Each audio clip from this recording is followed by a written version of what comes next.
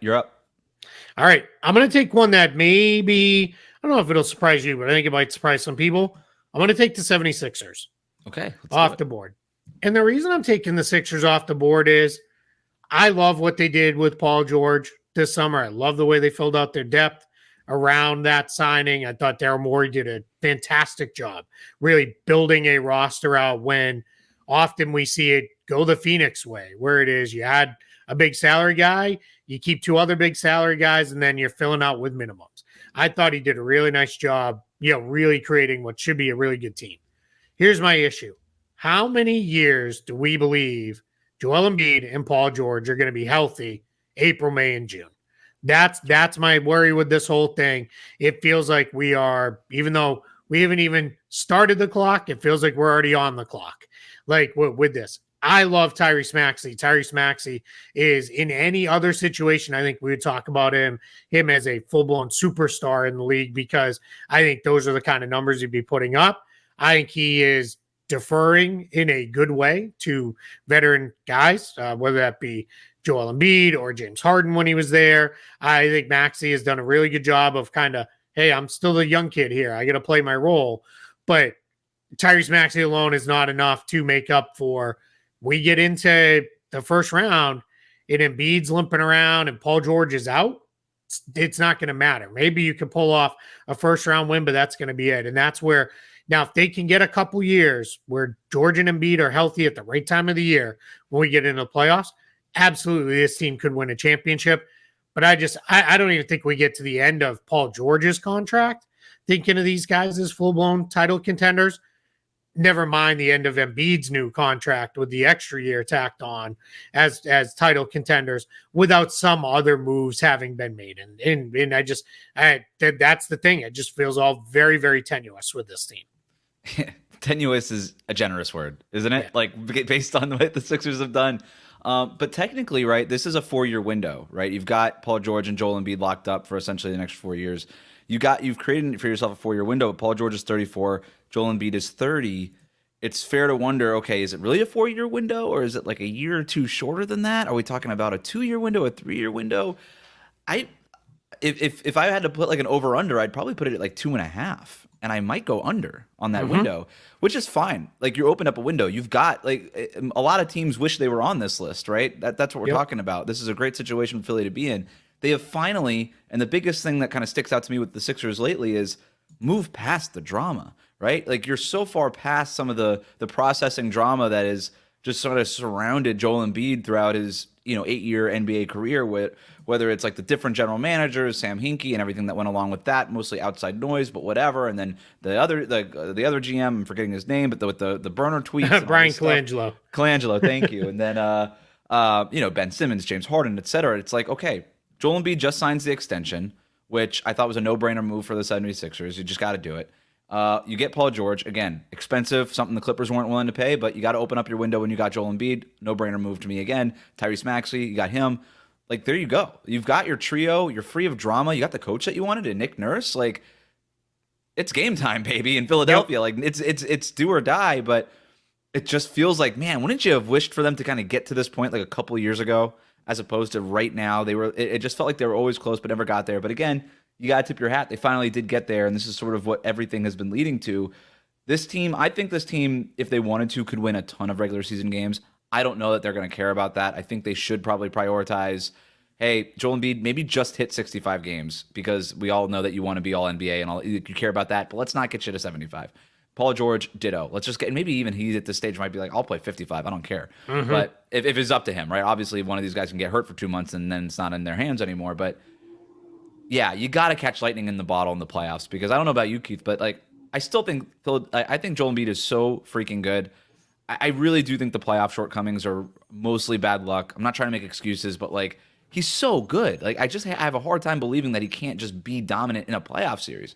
I know we haven't really seen it, but like one playoff series where his face isn't broken or is dealing with a bum knee or something, it just feels like it's there for him.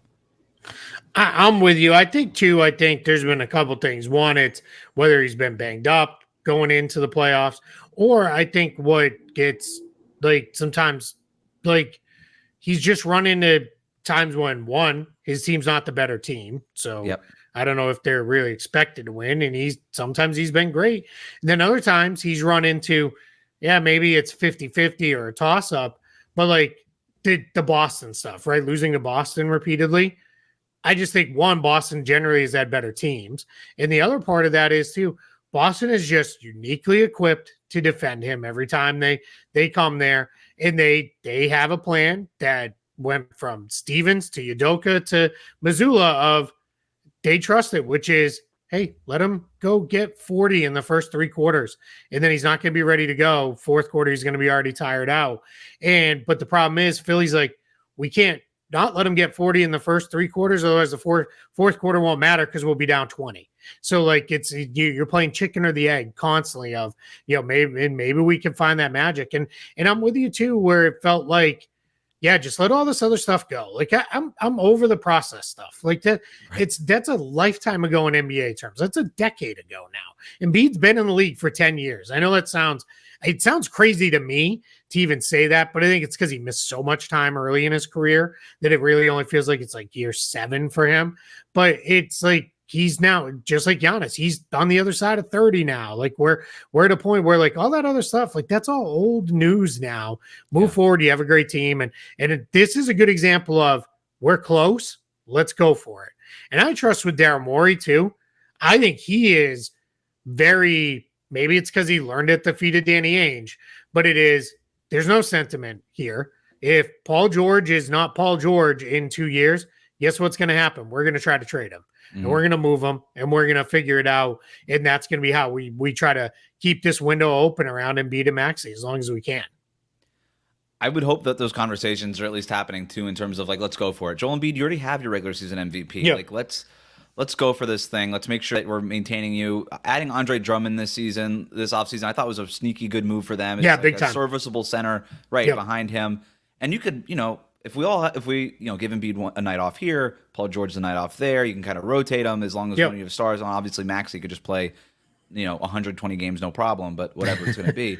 Well, that's a great thing with Maxey, right, too? He's so scalable where it's like, hey, tonight Paul George isn't here. Tonight Embiid's not here. We need you to get 30. Yeah, he can go out and shots. do it.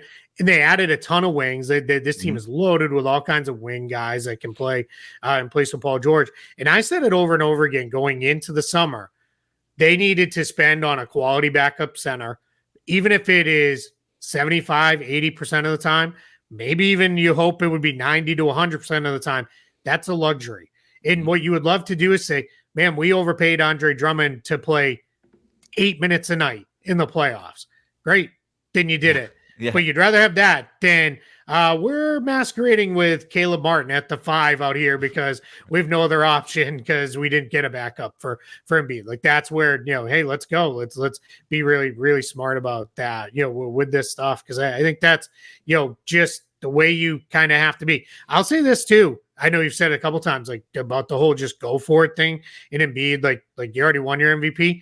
He did have comments recently where he said some version of like, I don't care about individual awards anymore. I want a title. And that's exactly what I want to hear. I don't, if the best thing for me is to play 60 games and I'm not in range to win any awards, so be it. I've already done that. But if that gets me there, my one worry is I feel like we said that for like 4 or 5 years running with the Clippers.